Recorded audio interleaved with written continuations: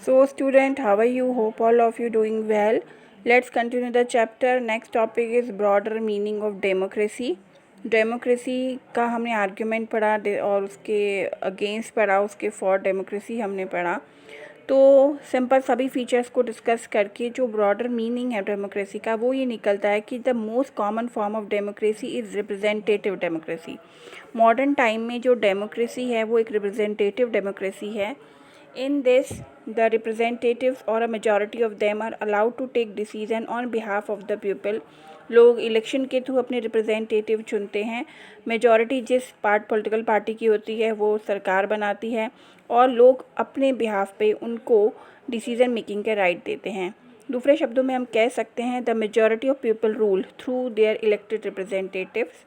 जो majority of people है, ज़्यादा से ज़्यादा लोग जिन रिप्रेजेंटेटिव को चुनेंगे वो गवर्नमेंट बनाएगी, उसकी वो एक तरीके के रिप्रेजेंटेटिव फॉर्म ऑफ गवर्नमेंट होती है। तो मेजॉरिटी ऑफ द पीपल का जो रूल्स है वो डेमोक्रेसी में ही होता है।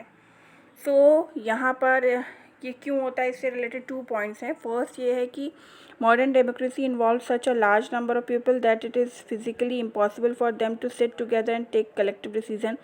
जब लोगों का ही रूल्स है, कहा जाता है जब रूल ऑफ पीपल है तो लोग क्यों नहीं रूल करते। तो इसमें ये इसलिए नहीं हो सकता क्योंकि मॉडर्न डेमोक्रेसी में बहुत लार्ज नंबर ऑफ पीपल्स हैं।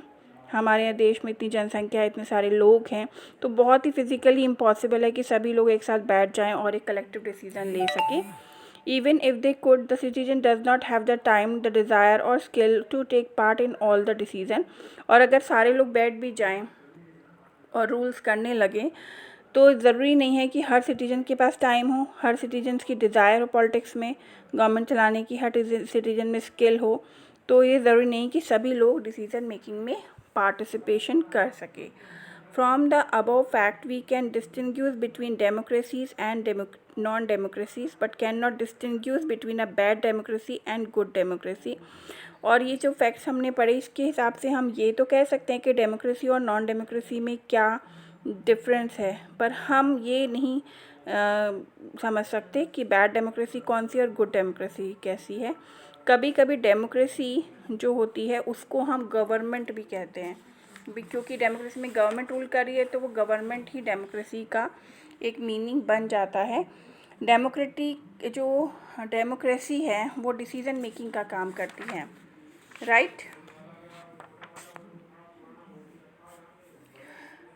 कैसे कर सकती है? A democratic decision involve constitutional with and consent of the people who are affected by that decision.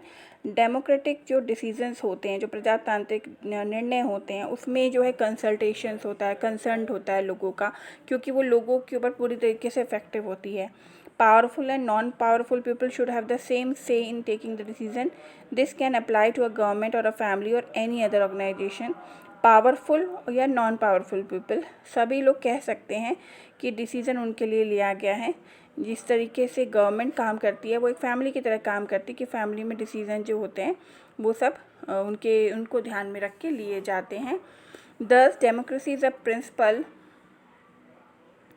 that can be applied to any sphere of life and can take many form। तो democracy वो सिद्धांत है जो humans के mostly सभी parts पे effect डालता है, सभी फॉर्म पे इफेक्ट डालता है। समटाइम्स हम ये कह सकते हैं कि democracy not to describe any existing government but to establish an ideal standard than all democracy must aim to become.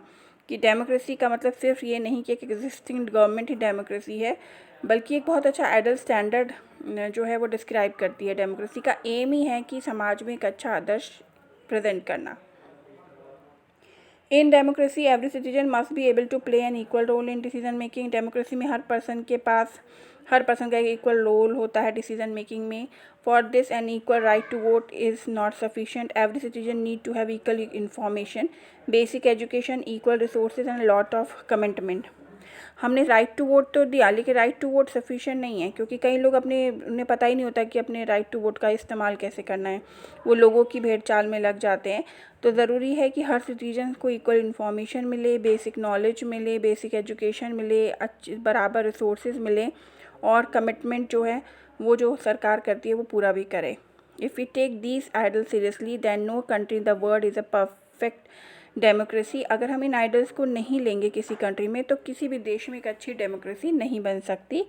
Every democracy has to try to realise the ideal of democratic decision making. हर democratic government को ये सब idols जो हैं democracy के, खासकर decision making का या जो और भी इंफॉर्मेशन है वो देना पड़ेगा।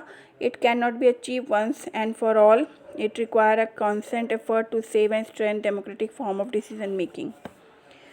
The work, attitude and view of citizen are the major element in making their country more or less democracy। किसी भी कंट्री को ज़्यादा अच्छा और कम डेमोक्रेटिक बनाने के लिए जो लोगों का कंसर्न है वो ज़रूरी है। The fate of the country depend not just on what the rule do but mainly on what the citizen do.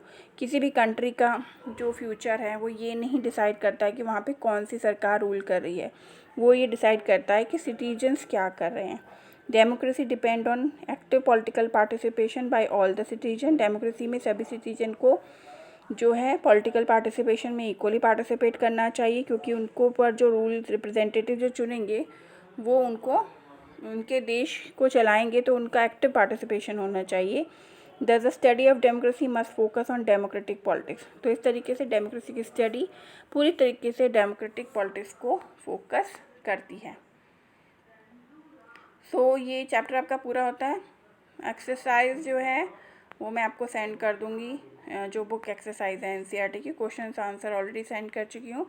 ये एमसीक्यू टाइप है। इसमें जैसे आपका फर्स्ट क्वेश्चन है जो इसमें एनसीईआरटी में है कि here is some information about 4 countries वगैरह, इसके आंसर आप फाइंड आउट कीजिए और मैं इसको साथ साथ ये भी आपको सेंड कर देती हूँ।